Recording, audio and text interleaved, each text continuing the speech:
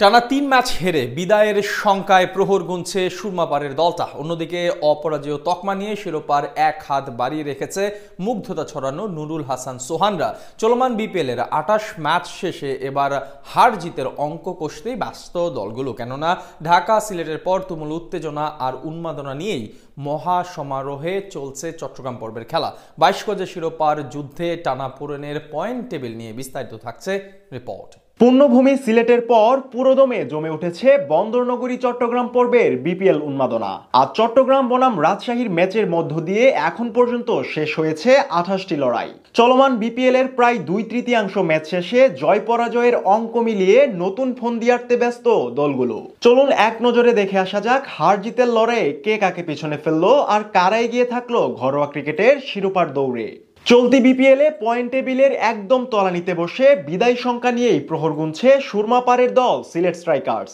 আসরে এখন পর্যন্ত ৮ ম্যাচ খেলে মাত্র ২টি ম্যাচে জয় পেয়েছে আরিফুলের দল। বিপরীতে ৬ ম্যাচ হেরে ৪ পয়েন্ট নিয়ে পয়েন্ট টেবিলের সপ্তম অবস্থানে আছে চায়েরনগরীর ফ্রাঞ্চাইজিটি। এদিকে সিনেমার পর্দা কাঁপানো ঢালিউড কিং বিপিএল কাঁপাতে না পারলেও আজ নিজেদের দ্বিতীয় জয় নিশ্চিত করেছে সিলেটের বিপক্ষে। এখন পর্যন্ত ৯ ম্যাচের ৭টিতেই হেরেছে চিত্রনায়ক শাকিব খানের ঢাকা ক্যাপিটালস। তবে রান রেটে এগিয়ে পিছনে ফেলেছে সিলেটকে। ২ জয়ে ৪ পয়েন্ট নিয়ে পয়েন্ট টেবিলে ষষ্ঠ অবস্থানে প্রমোশন পেয়েছে থিসারা পেরেরার ঢাকা। অন্যদিকে তারুণ্য নির্ভর স্কোয়াড নিয়ে আসর শুরু করা পদ্মাপাড়ের দল দুর্বার রাজশাহী এক ধাপ পিছিয়েছে পয়েন্ট টেবিলে। আসরে এখন পর্যন্ত ৯ ম্যাচের ৬টিতেই পরাজয় নিয়ে মাঠ ছেড়েছে এনামুল বিজয়ের দল। বিপরীতে ৩ ম্যাচ জিতে ৬ পয়েন্ট নিয়ে পয়েন্ট টেবিলের পঞ্চম অবস্থানে আছে দলটি।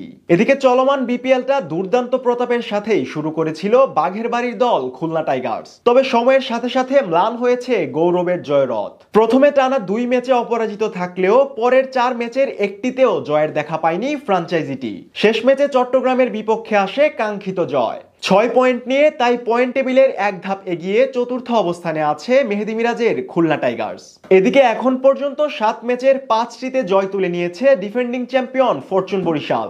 বিপরীতে হেরেছে মাত্র ২টি ম্যাচে, তাও কিনা আসরের অপরাজেয় তকমাটা রংপুরের বিপক্ষে। শিরোপার দৌড়ে তাই কিছুটা ধীরগতিতেই এগুচ্ছে তামিম ইকবালের দল। এখন পর্যন্ত ১০ পয়েন্ট নিয়ে পয়েন্ট টেবিলের তৃতীয় অবস্থানে থাকছে গেলবারের শিরোপা জয়ীরা। এবারের আসরে ঘরের মাঠে দুর্দান্ত সময় পার করছে বন্দরনগরী চট্টগ্রাম। রাজশাহীর বিপক্ষে বিশাল জয় দিয়ে দর্শকদের প্রত্যাশা পূরণ করতে পেরেছে মিথুনের দল। এখন পর্যন্ত ৮ ম্যাচের ৫টিতে জিতে রান রেটে এগিয়ে ১০ পয়েন্ট নিয়ে তালিকার দ্বিতীয় অবস্থানে পৌঁছে গেছে বন্দরনগরীর দল চট্টগ্রাম কিংস। চলতি বিপিএলে সবচেয়ে বেশি জয় আদায় করে নিয়েছে সম্প্রতি জিএসএল বাজিমাত করা রংপুর রাইডার্স। এখন পর্যন্ত কোনো দলই হারাতে পারেনি দলটিকে।